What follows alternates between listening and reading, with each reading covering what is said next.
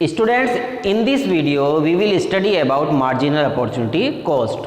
Marginal opportunity cost is the rate at which output in use 1 is lost for every additional unit of output in use 2. Means use 2 में अगर हम दो commodity का production कर रहे हैं, suppose एक कमोडिटी है X और दूसरी कमोडिटी है Y, तो X कमोडिटी के जो एक यूनिट एक्स्ट्रा एडिशनल इंक्रीज होगी, जो प्रोडक्शन होगा उसका, तब हम Y यूनिट का जो Y कमोडिटी है उसका कुछ पोर्शन हम लॉस करते हुए चले जाएंगे। दिस रेट, जिस पर हम उसको लॉस करते हुए जा रहे हैं, इस रेट को ही हम बोलते हैं marginal opportunity cost. So we will study marginal opportunity cost with the help of this example. यहाँ पर दो कमोडिटी हैं, one is X and second is Y. X commodity का प्रोडक्शन हो रहा है और Y कमोडिटी का। हमने ये सपोज कर लिया है, मान लिया है कि there are only two commodities और रिसोर्सेज यहाँ पर इक्वल रहेंगे, same, and technology also will not change. Production of X, जब X का प्रोडक्शन होता है, मान लीजिए कुछ भी प्रोडक्शन नहीं हो रहा, ज़ीरो प्रोडक्शन है, तब उस समय Y यूनिट की हमें 10,000 यूनिट्स मिलती हैं। Y यूनिट की कितनी यूनिट प्रोड्यूस कर सकते हैं हम? 10,000। तो मार्जिनल अपॉर्चुनिटी कॉस्ट यहाँ पर क्या होगी?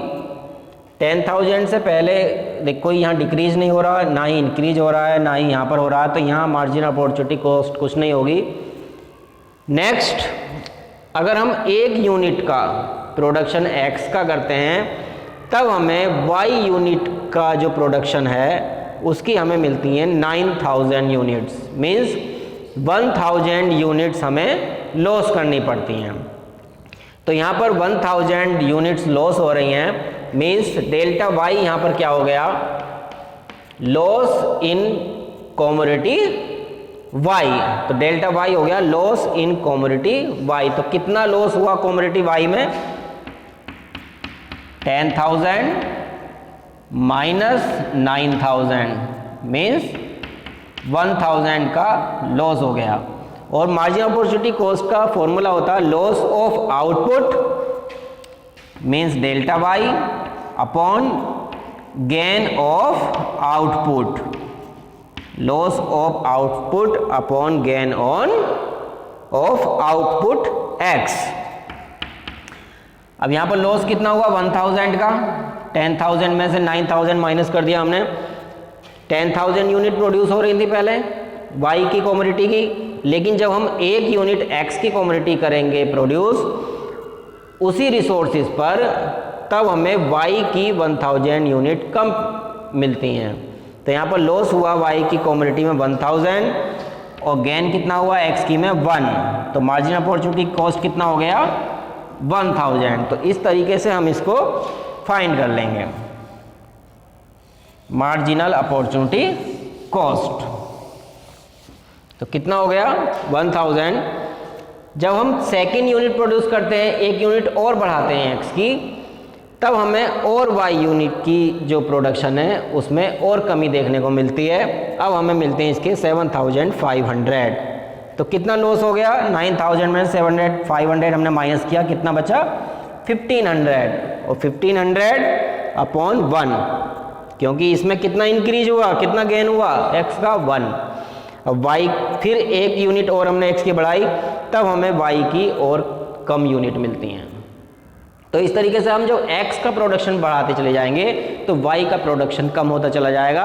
और जिस रेट से एक एडिशनल यूनिट बढ़ाने से जिस रेट से वो प्रोडक्शन कम हो रहा Y यूनिट का, उसी को हम बोलते हैं मार्जिनल अपॉर्चुनिटी कॉस्ट, जिस रेट से वो कम हो रहा है। तो यहाँ पर आ गया कितना? 2,000। तो मार्जिनल अपॉर्चुनिटी कॉस्ट कितनी होगी यहाँ पर? 2,000। तो यहाँ पर हम देख रहे हैं कि marginal opportunity cost tends to increase, कि वो बढ़ती चली जाती है। यहाँ 1,000, यहाँ 1,500 और यहाँ पर 2,000। Marginal opportunity cost tends to increase, बढ़ती चली जाती है। तो इसको डायग्राम की हेल्प से समझेंगे हम। ये हमारा मार्जिनल अपॉर्चुनिटी कॉस्ट का कर्व हो गया, ये वाई एक्स और ये एक्स एक्सिस।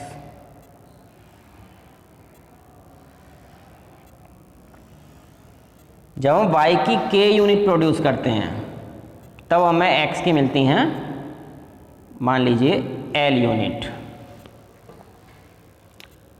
अब हम x की एक यूनिट इंक्रीज कर देते हैं,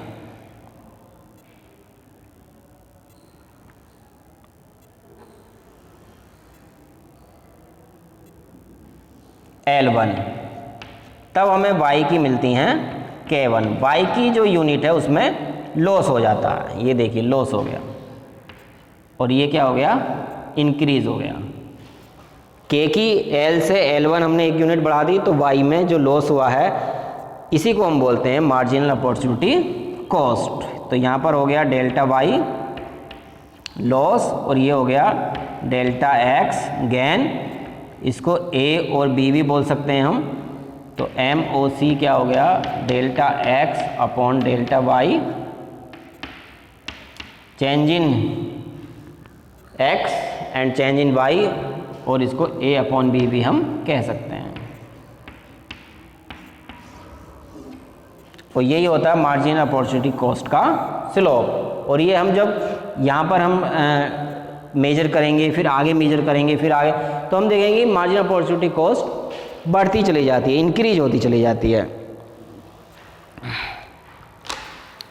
It is assumed that initially resources are employed such that output in use 1 is OK and in use 2 OL। तो रिसोर्सेज वही हैं लेकिन वो शिफ्ट हो जाएंगे। पहले जो जितना हम प्रोड्यूस कर रहे थे एक्स कमोडिटी को, अब हमारा जो वाई कमोडिटी की तरफ वो रिसोर्सेज हम शिफ्ट कर देंगे। तो इस तरीके से ये जो चेंज आता है इसको हम बोलते हैं मार्जिनल अपॉर्चुनिटी कॉस्ट। अब अपॉर्चुनिटी कॉस्ट क्या होती है, टोटल जो चेंज होता है।